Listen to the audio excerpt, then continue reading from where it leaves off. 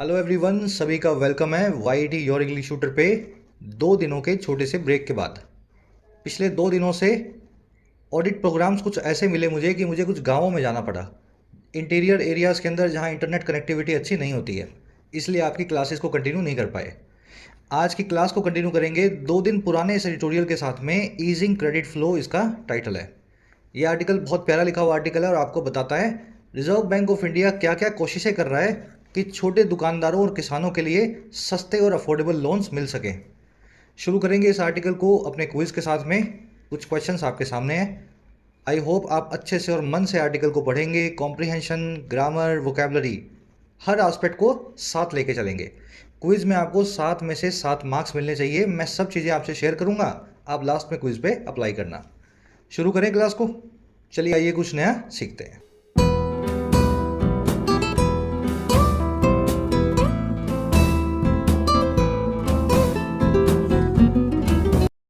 Alright, कह रहे जी easing credit flow.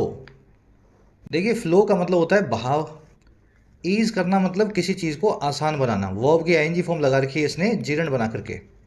और क्रेडिट का मतलब होता है हिंदी में उधार या फिर लोन, है ना।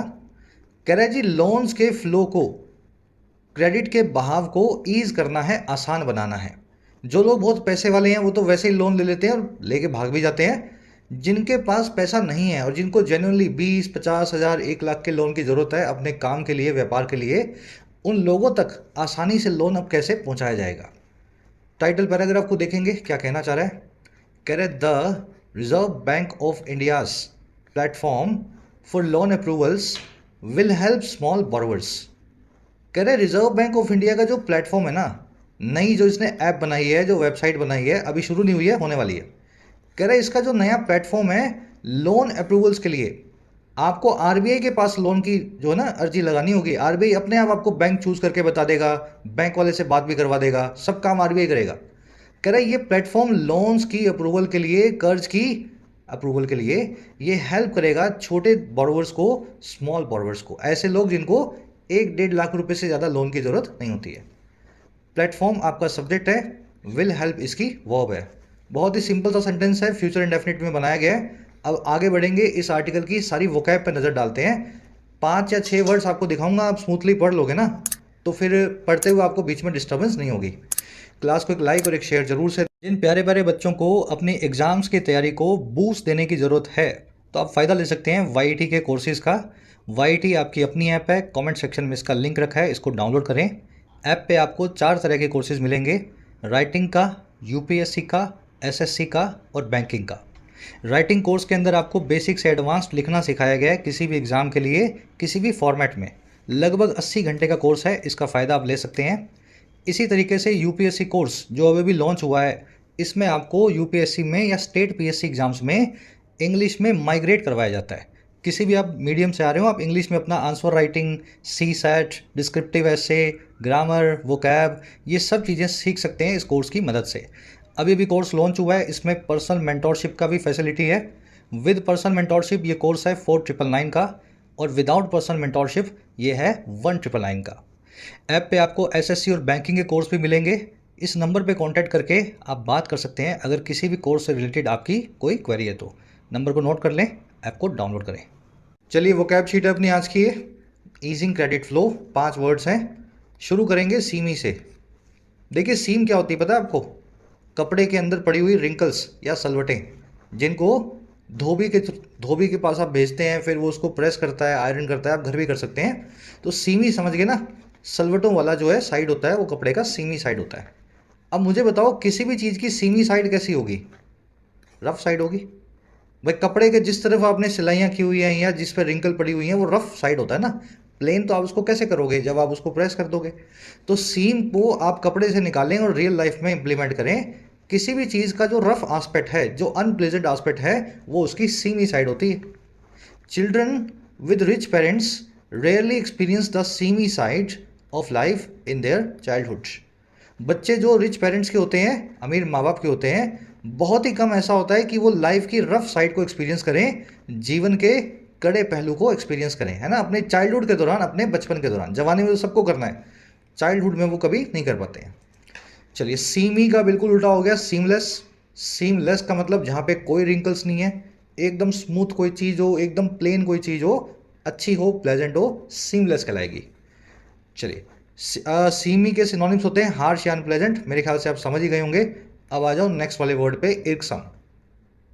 देखिए, इर्क का मतलब होता है जी चिढ़ाना या चिढ़, और इर्कसम होती है वो चीज़ जो चिढ़ाऊ हो, जो आपको खिंचाए, समथिंग दैट कॉजेज इरिटेशन।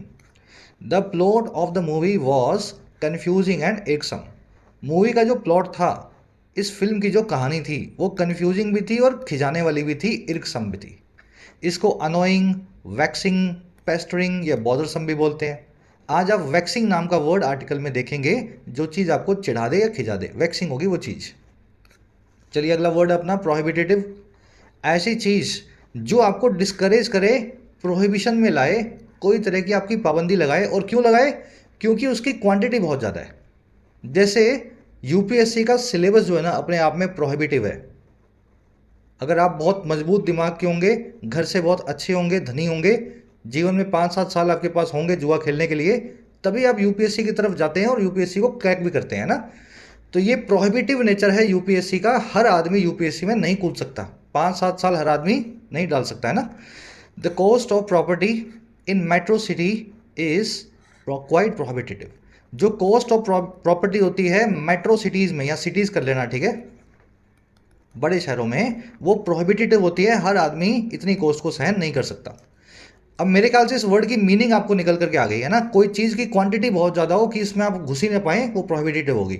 अब ये सारे इसके सिनोनिम्स हैं। इसको आप रिस्ट्रिक्टिव, एक्सॉर्बिटेंट और यूजूरियस भी बोलते हैं। यूजूरियस आपके लिए नया वर्ड है। बहुत ही महंगी कोई चीज़ हो, आप बोलेंगे यूजूरियस प्राइस है इस चीज़ का। एक्सॉर्बिटेंट और यूजूरियस एक दूसरे के कड़े सिनोनिम्स हैं। चलिए नेक्स्ट वर्ड की तरफ बढ़े। यूजूरियस जब आएगा तब बताऊंगा। नेक्स्ट वर्ड है अपना प्रिसाइज। प्रिसाइज का मतलब होता है सटीक, accurate, exact. The management has issued precise directions for the workers. Management ने इशू कर दिया है सटीक सी डायरेक्शंस को वर्कर्स के लिए, काम करने वाले लोगों के लिए। अनएम्बिग्यूअस भी, अनइक्विवोकल भी, सभी सटीक के, प्रिसाइज के सिनोनिम्स हैं। आज आप प्रिसाइज वर्ड की एडजेक्टिव नहीं, बल्कि यहाँ पे एडवर्ब लिखना था मुझे, एडवर्ब फॉर्म को देखेंगे, ठीक है। एडवर्ब, प्रिसाइजली, सटीक तरीके से किया हुआ काम, प्रिसाइजली। चलिए लास्ट वर्ड है अपना आज का, लेवरेज। लेवरेज एक नाउन भी है, एक वर्ब भी है। लेवरेज का हिंदी में मीनिंग होता है सहारा, ठीक है। अगर किसी चीज़ का सहारा ऐसा मिले कि आपको उससे एडवांटेज हो जाए, इन्फ्लुएंस करने को आप जो है ताकत आ जाए आप में। आपको अपने घर वालों का लेवरेज मिला, अच्छे थे, धनी थे, तो आपको आगे बिजनेस खोलने में दिक्कत नहीं आई। समझ पा रहे हैं ना। तो ऐसा सहारा जिससे आपको एडवांटेज मिले, ऐसा सहारा नहीं कि गिरने से बचाए आपको, जिससे आपको एडवांटेज मिले, वो होता है लेवरेज। वर्ब फॉर्म में लेवरेज का मीनिंग होता है सहारा देना, किसी चीज़ को सहारा, एडवांटेज देना। दोनों तरीके से आप इसको यूज कर सकते हैं, नाउन और वर्ब फॉर्म में। Businessman fund political parties to gain political leverage. व्यापारी लोग जो हैं पॉलिटिकल पार्टीज को फंड करते हैं ताकि उनको राजनीतिक सहारा या एडवांटेज मिल सके। यहाँ पे सहारा नाउन है। And you need to leverage your expertise to get a good job in today's market. आपको ज़रूरत है लेवरेज करने की, एडवांटेज लेने की, सहारा लेने की, अपनी कला पे, अपने कौशल पे, एक्सपर्टीज पे, ताकि अच्छी जॉब ले सकें आजकल के बाजार में, मार्केट में। चलिए वर्ब फॉर्म में ये वर्ड आप यूज़ होता हुआ आर्टिकल में देखेंगे। थोड़ा डिटेल में करवा रहा हूँ मैं, इसीलिए करवाता हूँ कि 5 वर्ड सीख लो, बट ढंग से सीखो। ऐसे रट्टे मार के मैं मीनिंग बता दूँ, कुछ नहीं होगा इससे। 3 लाख वर्ड पढ़े हैं डिक्शनरी में, कितने याद कर लोगे? तो ढंग से सीख लो, 5-5 करके 6 महीने के अंदर वो क्या पूरी हो जाती है। अब आ जाओ आर्टिकल पे, एक समरी आपको दें किस बारे में लिखा हुआ है, पता लगे। समरी बहुत आसान है और ये कहती है कि रिजर्व बैंक ऑफ इंडिया ने एक नया प्लेटफॉर्म प्रपोज किया है, जहाँ पे अब आपको अलग अलग बैंकों के पास नहीं जाना, उस प्लेटफॉर्म पे अपना जो है ना लोन का रिक्वायरमेंट डाल देना है। 2 लाख चाहिए, 1 लाख चाहिए, ऐसे नहीं, जुआ खेलने के लिए नहीं चाहिए, ड्रीम 11 में टीम बनाने के लिए नहीं। आप कुछ काम करते हैं, खेती करते हैं, है ना, सब चीज़ें आपकी होंगी, तभी आप उस पर डालेंगे। फिर रिजर्व बैंक ऑफ इंडिया अपने आप ही आपकी स्टेट गवर्नमेंट से, सेंट्रल गवर्नमेंट से आपकी केवाईसी का डेटा निकलवा लेगा, आपका क्रेडिट स्कोर निकलवा लेगा, आपकी बैलेंस, बैंक बैलेंस निकलवा लेगा। सब काम आपसे बिना पूछे या आपसे बिना करवाए अपने आप कर देगा। और अल्टीमेटली किसी बैंक से आपका टाई अप करवा के आपको लोन दिलवा देगा, आपके अकाउंट में पैसे गिर जाएंगे। हमारा आर्टिकल कह रहा है कि it is a welcoming move. छोटे बोरोवर्स को बैंक वाले लोन नहीं देते हैं, अब reserve Bank of India beach में पड़ेगा तो इससे इनका लोन का जो है झंझट खत्म होगा और जल्दी काम होगा ना, बैंकों में जाना नहीं है, करप्शन भी कम होगा। तो वेलकम कर रहा है आज का एडिटोरियल हमारे इस रिजर्व बैंक ऑफ इंडिया के इस प्लेटफॉर्म को। अब शुरू करते हैं, जानेंगे प्लेटफॉर्म क्या है। कह रहा है जी आज की टोन देख ली ना, प्रेजिंग है। कह रहा है the Reserve Bank of India plan to establish a public tech platform for frictionless credit is a well intentioned move. इतना ही पढ़ेंगे। कह रहे जी जो आरबीआई है, जो सरकारी संस्था है, नॉट फॉर प्रॉफिट, जिसके आगे द भी लगा हुआ है। कह रहे ये जो द आरबीआई है, इसका जो प्लान है ना, इस्टेब्लिश करने का, जमाने का, फॉर्म करने का या बनाने का एक पब्लिक टेक प्लेटफॉर्म को फ्रिक्शनलेस क्रेडिट के लिए। ये एक ऐसा टेक प्लेटफॉर्म होगा, एक ऐसी वेबसाइट या ऐप होगी जो हमारे लिए होगी, पब्लिक के लिए होगी, जिसमें लोन मिलेगा, क्रेडिट मिलेगा बिना किसी बाधा के, बिना किसी फ्रिक्शन के, झंझट के। कह रहे ये प्लान अपने आप में वेल इंटेंशनड मूव है, बहुत ही अच्छा सोचा समझा हुआ प्लान है या मूव है। और कौन सा मूव है भाई? That is aimed at easing the flow of credit specially to small and marginal borrowers. ये वही मूव है जो एम्ड एट है, जिसने अपना निशाना बांध रखा है, अपना एम लगा रखा है इन दोनों चीज़ों पे। पहली चीज़ है ईज करना क्रेडिट के फ्लो को, यानी कि कर्ज के बहाव को। क्रेडिट मतलब कर्जा, बैंक से जो लेते हो आप, तो कर्ज का बहाव अब इजी हो जाएगा, आसान मिलने लगेगा लोन। और खास करके मिलेगा छोटे और मार्जिनल बोरोवर्स को, ऐसे कर्जदारों को जिनके पास पैसा कम है, स्मॉल बिजनेसमैन है या मार्जिनल है, हाशिए पे है, रेडी वाला, रिक्शा वाला, इस टाइप का। समझ गए? प्लान की वर्ब है, प्लान की वर्ब है इस, दैट की वर्ब है इस। अच्छा, और कुछ देखने वाला इसमें है नहीं। वेल इंटेंशन मतलब जिसकी इंटेंशन बहुत अच्छी हो, जो भली नीति से बनाया गया हो, वेल इंटेंशन मूव है। मार्जिनल मैंने आपको बता दिया, जो लोग मार्जिनलाइज होते हैं, बहुत छोटे काम करते हैं, है ना, छोटा मोटा लोन मिले उनको, तो उनका काम जो है आगे बढ़ा सकते हैं। एक ग्रामर कॉन्सेप्ट है यहाँ पे। कॉन्सेप्ट तो क्या, स्ट्रक्चर है, बिल्कुल ईजी सी। एम वर्ब जो है, इसके बाद में आप टू इन्फिनिटिव लगाएं, लेकिन यही काम आप एम्ड नाम के एडजेक्टिव के बाद में एट लगा के भी कर सकते हैं। For example, the scheme aims to reduce poverty. Scheme aim करती है पॉवर्टी को रिड्यूस करना। आपने यहाँ पे एम के बाद क्या लिखा? टू रिड्यूस लिखा, ऐसा ही किया ना। लेकिन अगर मैं चाहूँ तो मैं नई स्ट्रक्चर ऐसे भी बना सकता हूँ, the scheme is aimed eight reducing poverty. अब ये इज कहाँ से आया भाई? कहाँ से आया? देखो, एम जो मेन वर्ब थी वो थी प्रेजेंट में, तो प्रेजेंट में इज लग जाता है।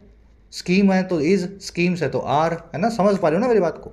और ये एम्ड एट रिड्यूसिंग, ये स्ट्रक्चर मैं आपको समझाना चाह रहा था। एम्ड यहाँ पे एडजेक्टिव का काम करता है वर्ब से चेंज होकर के। तो ये दोनों याद रखने हैं आपको, बार बार ये चेंज होते हुए, इंटरचेंज होते हुए आपको अंग्रेजी में मिलेंगे। अब इतना याद रखा तो प्लान को भी याद रख लो। प्लान के बाद में भी टू इन्फिनिटिव लगता है, लेकिन प्लान ऑन जेरेंट भी लगा सकते हो, यहाँ पे एडजेक्टिव बनाने की जरूरत नहीं होगी। The government is planning to bring stricter laws. सरकार प्लान कर रही है स्ट्रिक्ट लॉज को लाने का और कड़े कानूनों को ब्रिंग करने का। इज प्लानिंग कर रही है ना, इसकी जगह मैं क्या लिखूंगा? अच्छा, मैं क्यों लिखूंगा, आप ही लिख के बताओ। सभी लोग इस स्ट्रक्चर को मॉडिफाई करेंगे, ट्रांसफॉर्म करके प्लान ऑन बनाएंगे जीरेंट के साथ। जीरेंट मतलब वर्ब की आईएनजी फॉर्म। डालो कमेंट्स में, यही इस क्लास में इसीलिए आते हो आप, जो और कहीं ना मिल रहा हो, इतना डिटेल में, इतना अच्छे से समझाया जाए आपको रीजनिंग के साथ में। कोशिश करेंगे सब बच्चे इस प्लानिंग को प्लान ऑन जेरेंट में चेंज करेंगे। डालना कमेंट्स में, गलत या सही वहीं देख लेंगे। आगे बढ़ते हैं। आगे कह रहे हैं जी, announced as part of the statement on developmental and regulatory policies that accompanied the latest monetary policy earlier this month. The platform is intended to serve as a one-stop digital clearing house for credit-related information. जब भी verb की third form से sentence की शुरुआत हो, किससे? Verb की third form से, तो समझ लो वो पूरा पार्टिसिपल फ्रेज है, सब्जेक्ट के बारे में एडिशनल इंफॉर्मेशन दे रहा है। सब्जेक्ट का है, सब्जेक्ट तो प्लेटफॉर्म है। तो ये जो पूरा पार्टिसिपल फ्रेज है ना, इसको बाद में पढ़ लेना, सब्जेक्ट पहले ढूंढो क्या कह रहा है। कह रहा है जी, यहाँ से पढ़ रहा हूँ मैं, ये जो प्लेटफॉर्म है ये इंटेंडेड है, इसका ये इंटेंशन है, इसका इशारा है ना, इसकी समझ गए ना, इंटेंशन है, ताकि ये सर्व करे एक one stop digital clearing house की तरह। ऐसा क्लियरिंग हाउस जो डिजिटल होगा, ऑनलाइन होगा और वन स्टॉप होगा, बस यहीं आना है और कहीं नहीं जाना। और किसके लिए? क्रेडिट रिलेटेड इंफॉर्मेशन के लिए, लोन से रिलेटेड सूचनाओं के लिए। कह रहा है ये प्लेटफॉर्म इस प्रकार का है और ये क्या करेगा फिर, कह रहा है जी which should help accelerate the loan approval and disbursal process significantly. कह रहे जिसको हेल्प करनी चाहिए, हमें नहीं पता करेगा या करेगा नहीं करेगा, हम करें जिसको हेल्प करनी चाहिए, विच शुड हेल्प, और क्या करने में, एक्सेलरेट करने में, तेज करने में, क्विक करने में, लोन के अप्रूवल की और लोन के डिसबर्समेंट की यानी डिस्ट्रीब्यूशन की प्रोसेस को बहुत तेजी से, बहुत ज़्यादा। तो ये ऐसा प्लेटफॉर्म है, इसी पे आओ, सारा कुछ यहीं मिल जाएगा। और इससे क्या होगा, आपने आज एप्लीकेशन डाली, 24 से 48 घंटे में सारा काम आरबीआई करके आपके अकाउंट में पैसे डलवा देगा। तो आपकी लोन की अप्रूवल भी तेज हो गई, डिसबर्सल भी तेज हो गई। डिसबर्सल का मतलब होता है डिस्ट्रीब्यूशन, लोन जो पास हुआ वो अकाउंट में भी तो आएगा ना, उसको बोलते हैं डिसबर्सल। अब देखो ये जो प्लेटफॉर्म के बारे में बताया गया है ना, ये ऊपर बताया गया है पास्ट पार्टिसिपल फ्रेज में। क्या है ये प्लेटफॉर्म, कह रहे जी जो अनाउंस किया गया था एक पार्ट के तौर पे, हिस्से के तौर पे इस बड़ी सी स्टेटमेंट का, statement on developmental and regulatory policies. और कह रहे ये वही स्टेटमेंट है जो कंपनी करती है, जो साथ में आती है हाथ में हाथ डाल के, कंपनी करना किसी को कंपनी देना, जो कंपनी करती है लेटेस्ट मॉनेटरी पॉलिसी को आरबीआई की इसी महीने की शुरुआत में, अगस्त के अर्ली जो है पार्ट में। आई बात समझ में। तो ये स्टेटमेंट जो है उसके अंदर बताएगा ये प्लेटफॉर्म की हम ऐसा ऐसा बनाएंगे। तो प्लेटफॉर्म के लिए एडिशनल इंफॉर्मेशन है भाई, इसको अलग रख करके बाद में पढ़ा करो। चलो आगे बढ़ते हैं। कह रहे developed by the Reserve Bank Innovation Hub, the platform will feature open architecture, open API या application programming interfaces and standards. अब देखो फिर से वर्ब की थर्ड फॉर्म से सेंटेंस शुरू हो रहा है, तो भैया कोमा तक का छोड़ दो, मत पढ़ो, लास्ट में पढ़ेंगे इसको, सीधे प्लेटफॉर्म से शुरू करो सब्जेक्ट से। कह रहा है ये प्लेटफॉर्म जो ऐप है आरबीआई की, ये फीचर करेगी, ये शोकेस करेगी, शिरकत करवाएगी, इसके अंदर ये सब चीज़ें डिस्प्ले होंगी।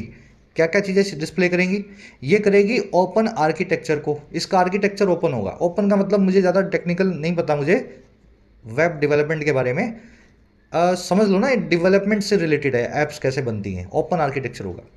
इसका ओपन एपीआई होगा, ये भी कुछ रिलेटेड उसी से ही है, समझ गए ना, आईडी से। और स्टैंडर्ड्स भी इसमें ओपन होंगे।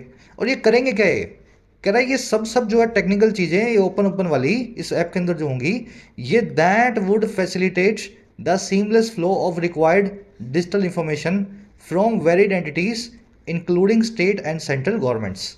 कह रहे हैं ये सब चीज़ें फैसिलिटेट करेंगी, फैसिलिटी देंगी सीमलेस फ्लो की। सीमलेस याद है ना, अनइंटरप्टेड, स्मूथ, बिना किसी परेशानी वाला। तो ये फैसिलिटेट करेगी सीमलेस फ्लो को, भाव को, रिक्वायर्ड डिजिटल इंफॉर्मेशन के, जो आएगी अलग अलग प्रकार के एंटिटीज से, वेरिड प्रकार के ऑर्गेनाइजेशन से, और जिसमें शामिल हैं स्टेट और सेंट्रल गवर्नमेंट्स। आई बात समझ में। आपकी इंफॉर्मेशन लगाने के लिए आपको अपना आधार कार्ड नहीं लगाना इसमें, आप तो अपना नाम डालोगे, आधार नंबर डालोगे, अपने आप वो आधार कार्ड निकाल के पैन कार्ड से लिंक करके आपका लोन वोन का एप्लीकेशन करवा देगा। तो सीमलेस फ्लो होगा सारी डिजिटल इंफॉर्मेशन का स्टेट और सेंट्रल गवर्नमेंट के डेटाबेस से, ये करेगा प्लेटफॉर्म। अच्छा और क्या होगा, कह रहे जी credit information companies and digital identity authorities to lenders. ये सारा होगा सेंटर से, स्टेट से, क्रेडिट इंफॉर्मेशन कंपनी से और डिजिटल आइडेंटिटी अथॉरिटीज से, और ये फ्लो होगा लेंडर्स की तरफ यानी बैंक वालों की तरफ जहां से लोन मिलेगा। सारा कुछ बैंक को इंफॉर्मेशन आपकी अपने आप ही ऐप अपने आप दे देगी। चलिए अब ये ऊपर वाला आप ऐड कर सकते हो चाहो तो। कह रहे ये जो प्लेटफॉर्म है ये डेवलप्ड है रिजर्व बैंक ऑफ इंडिया के इनोवेशन हब टीम के द्वारा, जो ये ऐसी ऐप जो है डेवलप करती है। सेंटेंस समझ गए ना, लंबा है लेकिन पीस बाय पीस आपने पढ़ लिया। प्लेटफॉर्म सब्जेक्ट है मेन, इसकी वो है विल फीचर, दैट आया है इन सभी चीज़ों के लिए, स्टैंडर्ड्स, एपीआईज और आर्किटेक्चर के लिए। इसकी वो है वुड फैसिलिटेट, फैसिलिटेट करना यानी फैसिलिटी देना, और वो होगी सीमलेस फ्लो ऑफ इंफॉर्मेशन की। सीमलेस मतलब एकदम अनइंटरप्टेड, बिल्कुल स्मूथ, जिसमें कोई भी परेशानियां ना हो। कह रहे जी as part of an effort to validate the technology and its utility, the RBI said the platform would be introduced in a pilot project. कह रहे जी एक हिस्से के तौर पे, पार्ट ऑफ एन एफर्ट, और कौन सा एफर्ट, वैलिडेट करने का इस टेक्नोलॉजी को और इसकी यूटिलिटी को। वैलिडेट करना यानी ऑथेंटिकेट करना, किसी चीज़ को सही ठहराना। कह रहे जी आरबीआई की जो कोशिश है इस नई टेक्नोलॉजी को और इसकी यूटिलिटी को, इसके उपयोग को वैलिडेट करने की, लोगों के सामने सही दिखाने की। कह रहा है उसके लिए आरबीआई क्या करेगा। कह रहा है आरबीआई ने ऐसा कहा कि प्लेटफॉर्म जो है, ये जो एप्लीकेशन है, ये इंट्रोड्यूस्ड की जाएगी एक पायलट प्रोजेक्ट के तौर पे। पायलट प्रोजेक्ट का मतलब होता है ट्रेलर। पहले जो है छोटा मोटा कुछ ऐप से छोटा मोटा काम करवाओ, जब वो सही लगे तो फिर उसको पूरे देश में लॉन्च कर दो, है ना, पायलट। और कौन सा पायलट प्रोजेक्ट है ये? That would focus on product such as Kisan credit card loans of rupee 1.6 lakh per borrower, loans to dairy farmers, credit science collaterals to MSMEs and personal and home loans through participating banks। कह रहा है ये pilot project छोटा तो होगा, लेकिन ये वो होगा जो फोकस करेगा इन सारी स्कीमों पे। किसान क्रेडिट कार्ड के लोन मिलते हैं जो 1.6 करोड़ लाख के पर बोरवर को, फिर दूध वालों को जो लोन मिलते हैं डेयरी फार्मर्स को, फिर ऐसी एमएसएमईज को, छोटे दुकानदारों को लोन क्रेडिट जो सैंस कोलेट्रल हो। सैंस मतलब विदाउट, कोलेट्रल का मतलब होता है कोई प्रॉपर्टी के दस्तावेज या सिक्योरिटी। तो छोटे दुकानदारों के लिए जो लोन्स होते हैं बिना किसी दस्तावेज के, बिना किसी गारंटी के। और फिर पर्सनल और होम लोन जो आप और हम ले सकते हैं, और ये सब होगा पार्टिसिपेटिंग बैंक्स की तरफ से, जो बैंक्स इसमें पार्टिसिपेट करेंगे। तो इसलिए आरबीआई जो एक पायलट प्रोजेक्ट पहले चलाएगा। जब ये सेट हो जाएगा, सक्सेस हो जाएगा, फिर हर लोन इसी ऐप से आपको मिला करेगा। आरबीआई की वर्ब है सेड, प्लेटफॉर्म की वर्ब है वुड बी इंट्रोड्यूस्ड, दैट की वर्ब है वुड फोकस, दैट आया है पायलट प्रोजेक्ट के लिए। फोकस के बाद हमेशा ऑन लगाना है। साइंस एक एडवांस्ड वर्ड है, सिंपल से एक प्रेपोजिशन के लिए, विदाउट के लिए। विदाउट आसान भाषा में लिख दो, साइंस जो है अच्छी वाली एडवांस लैंग्वेज में लिख सकते हो, दोनों एक ही वर्ड्स हैं। बढ़े आगे। कह रहे जी lenders would be able to access data on the borrowers and credit related services from agencies including Aadhaar KYC, land records in states। लंबा सेंटेंस है। कह रहे जो लेंडर्स है, अब लेंडर कौन होते हैं? देखो, बोरोवर वो होता है जो लोन ले, लेंडर वो होता है जो लोन दे, जो लैंड करे। और फाइनेंशियल लैंग्वेज में लेंडर का मतलब होता है बैंक्स और एनबीएफसीज, सरकारी प्राइवेट जितने भी हैं। कह रहे सरकारी प्राइवेट जो बैंक हैं जो लोन दिया करते हैं, कह रहे ये एबल होंगे इस काम को करने में कि ये एक्सेस करें डेटा को, ये डेटा तक अपनी पहुंच रख पाएं। और कौन से डेटा पे भाई? ऑन लगा के बता रहा है। डेटा है बोरोवर का, लोन लेने वाले का, कर्जदार का।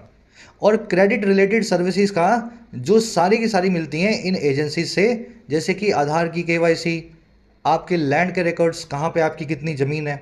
और ये उन स्टेट्स में होगा where local governments have digitalise या डिजिटाइज्ड सच डेटा, जहाँ पे स्टेट गवर्नमेंट्स ने डिजिटल कर दिया है, कंप्यूटर में डाल के अपलोड कर दिया है इस सारे डेटा को। तो वहाँ से ये ऐप अपने आप आपका डेटा निकाल लेगी, कितनी ज़मीन आपके नाम है, आधार केवाईसी में क्या है, क्रेडिट स्कोर क्या है ना। तो ये बैंक वालों को सारी डेटा मिल जाएगा। अब वो डेटा कहाँ कहाँ से मिलेगा? ये वाला स्टेट गवर्नमेंट वाला, ये सारी स्टेट्स के इसने नाम दिए हैं, तमिलनाडु, कर्नाटका, यूपी और Maharashtra. And even milk pouring data from select dairy cooperatives, यहाँ तक कि मिल्क पॉरिंग का डेटा भी मिल जाएगा डेयरी कोऑपरेटिव से। अमूल, सुमूल, बनास, ये सब जो डेयरियाँ हैं, कोऑपरेटिव डेयरियाँ, अगर आप एक डेयरी फार्मर है तो आपने कितना दूध इनको 5 साल में बेचा है, उसी हिसाब से लोन मिलेगा ना। आप बोल रहे हो मैं 50 किलो दूध बेचता हूँ, आपका निकल कर क्या है 12 किलो, तो वो आपकी डेयरी वाले से निकलवा लेंगे डेटा कि ये आदमी कितना दूध लेके आपके पास आता है बेचने के लिए, उसी हिसाब से इस आदमी को लोन मिलेगा। लंबे सेंटेंसेज है, सब कुछ समझ में आ रहा होगा मेरे ख्याल से। ये सारा डेटा बैंक्स आपका ले पाएंगे आपसे बिना पूछे। लेंडर्स की वर्ब है वुड बी, लोकल गवर्नमेंट्स की वर्ब है हैव डिजिटाइज्ड। डिजिटाइज करना, किसी चीज़ को पेपर पेंसिल से कंप्यूटर में फीड करना। चलिए अब आगे बढ़ते हैं नेक्स्ट पैराग्राफ पे। Courage in the need for such a centralised public platform can hardly be over emphasised when one considers the lack of formal credit penetration. कह रहे जो ज़रूरत है, नीड है ऐसे एक सेंट्रलाइज्ड पब्लिक प्लेटफॉर्म की, ऐसा पब्लिक प्लेटफॉर्म जो सेंट्रलाइज्ड हो, एक ही हो और पूरी पब्लिक उसको यूज़ कर सकती हो। कह रहे ये नीड जो है ना, ये हार्डली ही ओवर एम्फसाइज की जा सकती है। ओवर एम्फसाइज करना यानी ज़रूरत से ज़्यादा जोर देना, हार्डली का मतलब है ना के बराबर। तो ये एक ऐसी नीड है जिस पे आप कितना भी जोर दे लो कभी भी ज़रूरत से ज़्यादा नहीं होगा, कभी भी आप इसको ओवर एम्फसाइज कभी कर ही नहीं पाओगे। ये ऐसी नीड है। और ये कब होता है? जब कोई भी आदमी कंसीडर करे लैक ऑफ फॉर्मल क्रेडिट के पेनिट्रेशन को।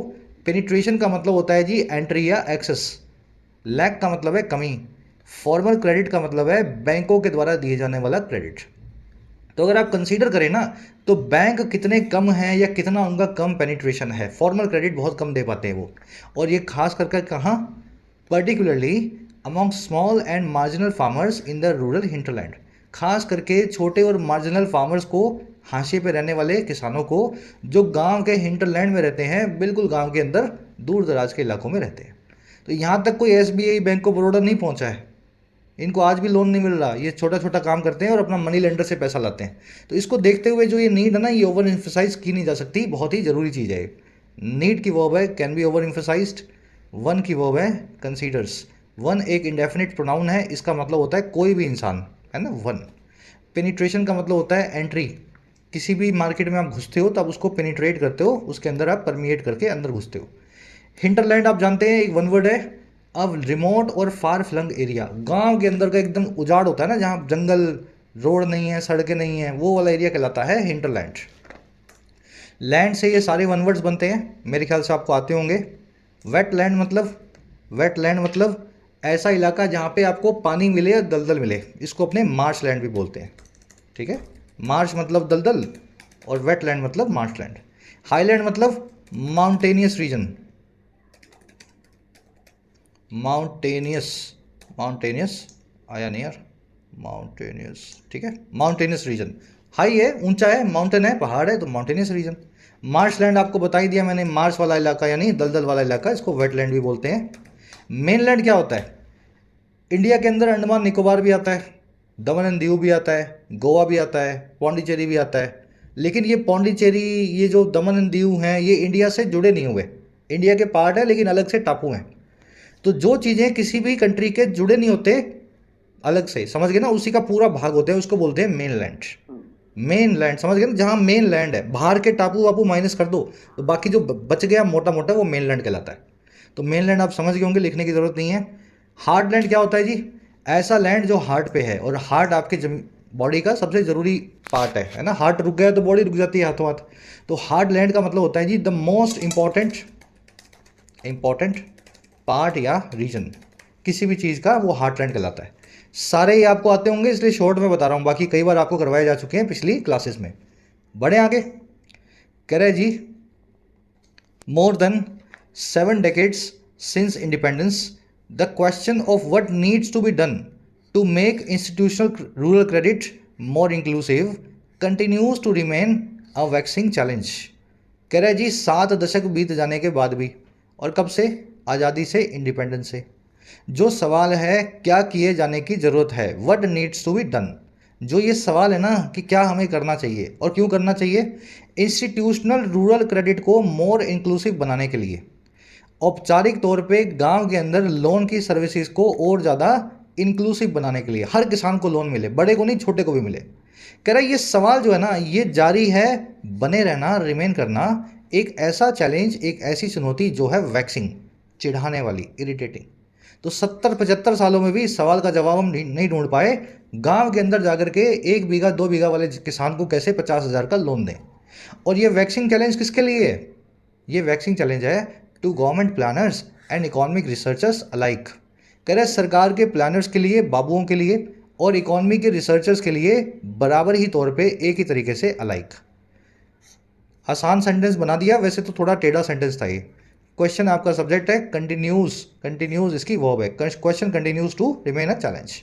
व्हाट की वर्ब है नीड्स, व्हाट यहाँ पे रिलेटिव प्रोनाउन का काम कर रहा है, कोई एंटीसीडेंट ही नहीं है, जब एंटीसीडेंट ना हो तो व्हाट कोई लगाना पड़ता है, दूसरा कोई रिलेटिव प्रोनाउन नहीं आ सकता। वैक्सिंग का मतलब है चिढ़ाने वाला, ये आप ऑलरेडी जानते हैं। ये ऊपर हार्डली और हार्ड वाला कॉन्सेप्ट आपको पहले करवाया हुआ है, आज करवा नहीं रहा हूँ, लेकिन क्विज में क्वेश्चन पूछा है मैंने, तो 3 दिन पुरानी क्लास में ये कॉन्सेप्ट से देख लेना जिन बच्चों ने इस कॉन्सेप्ट को ना किया हो, हार्ड और हार्डली में क्या फ़र्क होता है। कह रहे जी in 2021 a national bank for agriculture and rural development economist observed that even among well developed regions small and marginal farmers were disadvantaged in terms of credit access. कह रहे जी 2021 में एक बड़ा आदमी, national bank for agriculture and rural development का economist, समझ गए, एक एक्सपर्ट, कह रहे इस अर्थशास्त्री ने ऐसा ऑब्जर्व किया था, ऐसा कहा था कि यहाँ तक कि वेल डेवलप्ड रीजन्स में, बहुत ज़्यादा उन्नत रीजन्स में, बहुत मॉडर्न इलाकों में, छोटे और हाशिए के जो किसान हैं वो डिसएडवांटेज थे, वो समझ गए ना, बिना एडवांटेज के थे, वो पिछड़े हुए थे। और किस टर्म में, किस रूप में? ये टर्म था, ये रूप था क्रेडिट के एक्सेस का, लोन के एक्सेस का। तो ऐसा इनका कहना था, इन महान इकोनॉमिस्ट का, कि छोटे दुकानदारों को समृद्ध इलाकों में भी लोन नहीं मिलता। और कैसे हो रहा है सब? कह रहे with barely a fifth of more than 12.5 crore small and marginal farmers having access to institutional credit. कह रहे जी ये सारा काम हो रहा है महज 1/5 के या 20% के, जो है 12.5 करोड़ से ज़्यादा छोटे किसानों का, और जो रखता है एक्सेस को इंस्टीट्यूशनल क्रेडिट के लिए, औपचारिक तौर पे बैंकों से लोन के लिए। तो 12.5 करोड़ देश में किसान हैं, 5वां हिस्सा हो गया, मतलब कितना हो गया? 2.5 करोड़ ना। तो 12.5 में से 2.5 करोड़ किसान ही आज तक लोन ले पाए हैं, 10 करोड़ों के पास तो लोन का लेने का जरिया ही नहीं है। तो ये ऐसा इकोनॉमिस्ट ने बोला। इकोनॉमिस्ट साहब की वर्ब है ऑब्जर्व, फार्मर्स की वर्ब है वर। अब फिफ्थ मतलब 20% या 5वां हिस्सा। इन टर्म्स ऑफ का मतलब होता है के रूप में, इन टर्म्स ऑफ यानी इस टर्म में या इस रूप में। कह जी as a result a large majority of rural borrowers end up availing loans from informal sources. कह रहे इसके नतीजन होता ये है कि एज अ रिजल्ट एक बहुत बड़ी मेजॉरिटी है रूरल बोरोवर्स की, गांव में कर्ज लेने वाले लोगों की, जो एंड अप करती है यहाँ आके इस मुकाम पे पहुँचती है। एंड अप कहाँ करती है? अवेल करने की तरफ करती है लोन्स को इनफॉर्मल सोर्सेज से, ऐसे सोर्सेज जो फॉर्मल नहीं है, इंक्लूडिंग मनी लेंडर्स। कह रहे जिसमें शामिल हैं साहूकार, money lenders, and often at usurious rates of interest. और अक्सर ये यूजूरियस रेट्स ऑफ इंटरेस्ट पे होता है, 5% महीने की चक्रवृद्धि ब्याज के साथ में। ऐसी अजीब व गरीब जो है रेट ऑफ इंटरेस्ट पे लोन दिए जाते हैं। मेजोरिटी की वर्ब है एंड अप, ठीक है। अच्छा, यूजूरियस, एग्जॉर्बिटेंट, जरूरत से ज़्यादा, प्रोहिबिटेटिव, है ना, बहुत ज़्यादा, जो रीजनेबली आपको लगे कि बहुत ज़्यादा है। 10 रुपये की चीज़ के आपसे कोई 150 रुपये मांग रहा हो तो वो यूजूरियस प्राइस हो गया, क्योंकि वो लॉजिकली जो बिल्कुल सही नहीं है। ऐसे ही रेट ऑफ इंटरेस्ट पे इन लोगों को साहूकार पैसा देते हैं। कह रहे the digital platform if successfully implemented can help redress precisely this challenge to the delivery of formal credit। कह रहा है अब ये जो डिजिटल प्लेटफॉर्म है आरबीआई का, जिसके ऊपर सबको उम्मीदें हैं, कह रहा है अगर ये सक्सेसफुली इंप्लीमेंट हो गया, अगर ये कामयाबी से लगा दिया गया, इसको काम पे इंप्लीमेंट कर दिया गया, तो ये हेल्प कर सकता है रिड्रेस करने में, रेमेडी करने में, सोल्यूशन लाने में, सटीक तौर से, प्रिसाइजली, एकदम सटीक तौर से इसी चैलेंज का। और ये चैलेंज है हमारी डिलीवरी में फॉर्मल क्रेडिट की, औपचारिक तौर पे लोन्स की। और कैसे ये सारा काम करेगी? बाय लगा के बता रहा है, by helping leverage the contemporary advances in digitisation of information. कह रहे ये सारा काम ये प्लेटफॉर्म करेगा हेल्प करके, लेवरेज करने में, फ़ायदा लेने में, एडवांटेज लेने में, कंटेम्प्रेरी एडवांसेस का, आजकल होने वाले नए नए एडवांसमेंट्स का, खोजों का, जैसे एआई है ना, कंटेम्प्रेरी एडवांस है। और ये सारे एडवांस हो रहे हैं डिजिटलाइजेशन या डिजिटाइजेशन में इंफॉर्मेशन के। तो ये ऐसा करेगा, नई टेक्नोलॉजी का इस्तेमाल करेगा जिससे जल्दी जल्दी इंफॉर्मेशन का फ्लो हो सके। और दूसरा क्या करेगा? By helping leverage and by ensuring, ऐसा इंश्योर करके, पक्का करके, that small ticket loans are made available in timely and cost effective manners. कि छोटे टिकट के जो लोन्स हैं, स्मॉल टिकट मतलब जिनका टोटल सम अमाउंट कम है, स्मॉल टिकट 5,000 50,000, कह रहे वो मेड किए जाते हैं अवेलेबल एकदम वक्त पे और कॉस्ट इफेक्टिव मैनर में, कम से कम खर्च पे, to those most in need of financing support. और ये उन लोगों को अवेलेबल करवाए जाते हैं, दोज को जो सबसे ज़्यादा ज़रूरत में है आर्थिक सहारे की, फाइनेंशियल सपोर्ट की। लंबा सेंटेंस है, एक बार रिपीट करूंगा, फिर स्ट्रक्चर देखेंगे, फिर आपका रैपअप हो जाएगा आज का सेशन। अगर ये डिजिटल प्लेटफॉर्म सक्सेसफुली इंप्लीमेंट हो गया तो ये हेल्प करेगा इस काम को करने में। और क्या काम है? सोल्यूशन लाना, रिड्रेस करना, सटीक तौर पे इसी चैलेंज का, इसी चुनौती का, जो है डिलीवर करने की फॉर्मल क्रेडिट को, औपचारिक तौर पे लोन को। और ये काम ये कैसे करेगा डिजिटल प्लेटफॉर्म? 2 तरीके से।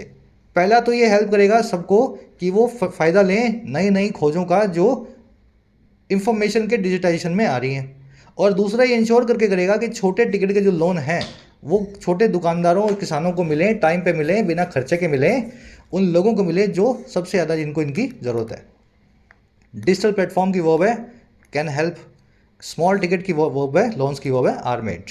लेवरेज लेना, किसी चीज़ का एडवांटेज लेना, सहारा लेना, प्रिसाइजली मतलब सटीक तरीके से, रिड्रेस करना यानी संबोधित करना, किसी चीज़ का सोल्यूशन लाना। थोड़े मुश्किल सेंटेंसेज हैं, लेकिन कोशिश मैं यही कर रहा हूँ जितना हो सके आपको तरीका बताया जाए। बाकी ये पढ़ने से आएगा। अगर एक दिन क्लास ले रहे हो, हफ्ते में 2 दिन ले रहे हो, तो फिर ये सेंटेंसेज हमेशा ही आपको स्ट्रगल करवाएंगे। आपको एक बार रूटीन बनाना पड़ेगा। आ जाओ अपने क्वेश्चंस पे। कह रहा है जी, अगर पब्लिक टेक प्लेटफॉर्म जो है आरबीआई का, ये सक्सेसफुली इंप्लीमेंट हो गया तो ये फाइनेंशियल इकोसिस्टम को कैसे इम्पैक्ट करेगा गाँवों में, क्या फ़ायदा कर देगा गाँव के अंदर। ये उन छोटे दुकानदारों से लोन उनसे खींच ले जाएगा, है ना, उनसे अवेल ले जाएगा, दूर ले जाएगा। देखो ये 4 आपको मैंने दिए हैं, बहुत आसान है। आपसे हिंदी में यही पूछा है कि अगर ये प्लेटफॉर्म आ गया तो गांव वालों को क्या फ़ायदा होगा, तो जहां फ़ायदा दिख रहा है वो अपना आंसर बन जाएगा। फ़ायदा निकाल लो, हिंदी में इन चारों की ट्रांसलेशन करो। सेकंड वाले पे आएंगे। कह रहा है जी, पायलट प्रोजेक्ट का क्या पर्पज़ है इस पूरी ऐप के, इस पूरी ऐप को एक साथ क्यों नहीं ला रहे 140 करोड़ लोगों के लिए, पायलट प्रोजेक्ट क्यों लाया जा रहा है। तो क्यों लाया जा रहा है भाई पायलट प्रोजेक्ट, बताया था आपको मैंने। चलो अब आप अपने आप से निकालो इसका आंसर, मैं बता दूंगा तो फिर मतलब ही नहीं है ना कोई यार। मैं हिंट डाल सकता हूँ, फर्स्ट कमेंट में आंसर भी डाल सकता हूँ, आप वहाँ से मैच कर लेना, आपको पता लग जाएगा आपने सही है गलत डाला। हिंट भी डाल दूंगा, थोड़ा आइडिया और अच्छे से लगेगा। हार्श और अनप्लेजेंट हो जो नेचर में, उसके लिए क्या वन वर्ड है। तो चारों वर्ड्स आपको आते हैं मेरे ख्याल। कोई चीज़ जो बहुत ज़्यादा हो, रीजनेबली अनरीजनेबली बहुत ज़्यादा हो, उस चीज़ के लिए, उस एक्सेस वाली क्वांटिटी के लिए क्या वन वर्ड लगेगा, मेरे ख्याल से ये भी आप बता दोगे। यूसूरियस लगेगा, प्रिसाइज, एम्बिग्यूस, अनएम्बिग्यूस या लेवरेज। पांचवा भी वन वर्ड है। सबसे इंपॉर्टेंट पार्ट या रीजन होता है पूरे हॉल का, उसको क्या बोलते हैं, मदरलैंड बोलते हैं, मार्शलैंड बोलते हैं, हार्टलैंड बोलते हैं, हिंटरलैंड बोलते हैं। छवें सातवें में 2 एरर्स हैं। पहली एरर आपको मिलेगी इस एरिया में, ठीक है। दूसरी, पहली एरर मिलेगी इस वर्ब के या इस एडजेक्टिव के आसपास, दूसरी मिलेगी इस वर्ब के आसपास, और एक और मिलेगी, 3 है इसमें, चलो ठीक है। तीसरी मैं नहीं बता रहा, यहाँ मिल सकती है, वैसे बता देता हूँ चलो। अब नहीं बताऊंगा तो करोगे नहीं। कोशिश करनी है सभी को। फर्स्ट कमेंट में आंसर डाल रहा हूँ, वहाँ से मैच करना। आउट ऑफ 8 कितने मार्क्स मिले ज़रूर से बताना। मुलाकात लेंगे कल सैटरडे को आपसे, कल की रीडिंग क्लास में। अंटिल